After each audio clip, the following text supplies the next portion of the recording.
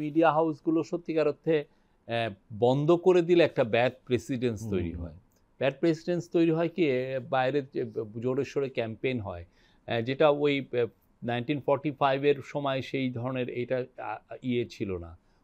ওই সময়টা আর এই সময়টা এক না, আলাদা, এটা আলাদা কনটেক্সট আছে। তো এখন যেটা হয় যে বাইরে বিয়ে হয় যে যেটা আমরা ইভেন লেজিটিমেট পত্রিকাগুলোকে আমরা বন্ধ করে দিচ্ছি, আমরা মিডিয়া ফ্রিডমের বিষয়ে তোয়াক্কা করি না, মিডিয়াকে হাউসগুলোকে মুখ রোধ করছি, এই ধরনের একটা ন্যারেটিভটা বাইরে ইয়ে হয়।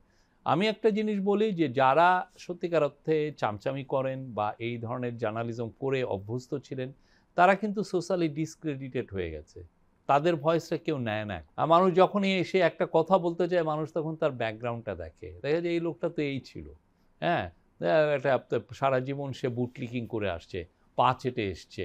আর আমরা তো দেখেছি পুরো শেখ হাসিনার 15টা বছর যতগুলো প্রেস কনফারেন্স শেখ হাসিনা করেছে, কে কিভাবে চামচামি করেছে, এটা তো একদম স্পষ্ট।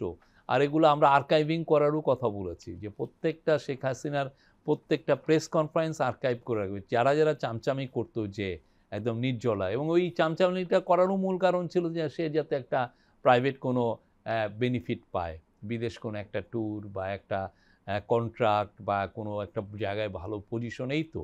তো এই লোকগুলো ডিসক্রেডিটেড হয়েছে, একটা দুইটা লোকের হুঙ্কার মাঝে মধ্যে শোনা যায়, বাট এদের তো কোনো সোশ্যালি কোনো অ্যাকসেপ্টেন্স নাই একদমই, মানে। এবং সবচেয়ে বড় কি, এই লোকগুলোর খুব যে বেশি পড়ালেখাও আছে তা না, খুবই একটা লো লেভেলের একটা লো লাইফ।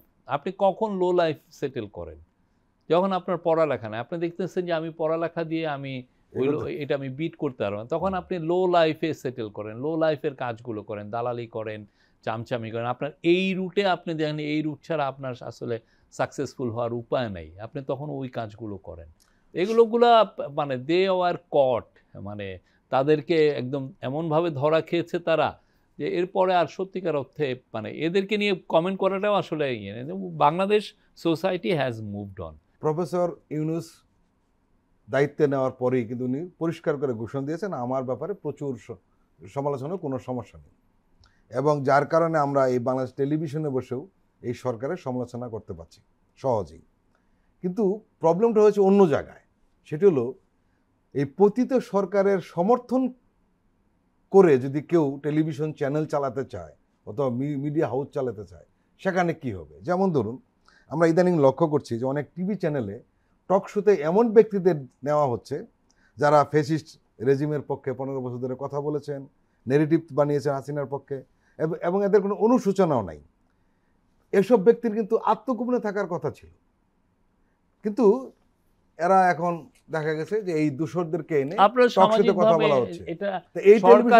এবং এই টেলিভিশন চ্যানেলগুলোর ভূমিকাকে আপনি কিভাবে দেখবেন? সরকার ইন্টারভেন করাচ্ছে, সরকার বললে আমরা ইন্টারভেন করলেই এটা প্রশ্ন উঠবে যে আমরা কে করবে? এটা সামাজিকভাবে সবাই বলা উচিত, এটা সামাজিকভাবে, এগুলো সামাজিকভাবে আপনি বলেন, আরেকজন বলুক যে না উনি তো এইটা, ওনার তো ভয়েসটা এখানে আসবে কেন, বা এই উনি তো স্বৈরাচারের উনি দোষর ছিলেন, এবং উনি এই গুম খুন করাপশন এটাকে উনি লেজিটিমাইজ করেছেন।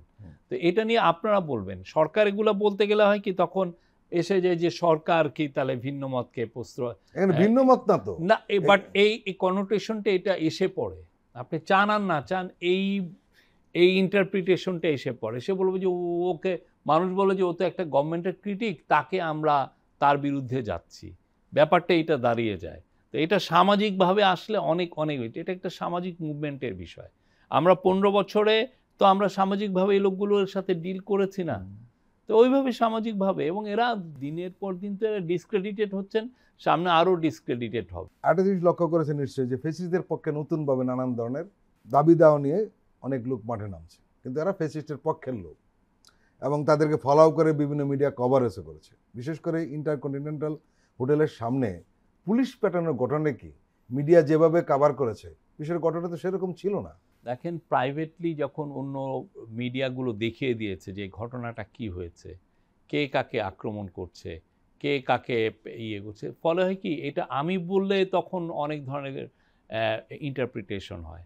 বরঞ্চ এই জিনিসগুলো আমরা মনে করি যে সামাজিকভাবে এদেরকে ইয়ে করা, তারা যে ধরনের ন্যাক্কারজনক ন্যারেটিভ তৈরি করতে চাচ্ছে সেটাকে সামাজিকভাবে ডিল করেন, এবং এই ডিলটা খুবই ইম্পর্টেন্ট।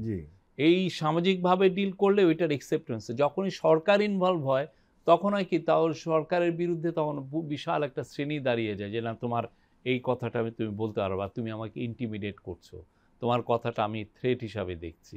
এই প্রবলেমগুলো তৈরি হয়ে যায়, এবং এটা ইন্টারন্যাশনালি এটা একটা ইস্যু, সমস্যা, যার ফলে অনেক ক্ষেত্রে সরকার অনেক কিছুই করতে পারে না, করা ঠিকও না সরকারের। আমি অনেক কিছুই তো ফেসবুকে লিখতে পারি, কিন্তু আমি লিখলে একজন ভাববে যে না, উনি তো সরকারের সিনিয়র, উনি এটা লিখতে পারেন না আমার সম্পর্কে। এই সমস্যাগুলো তৈরি হয়ে যায়।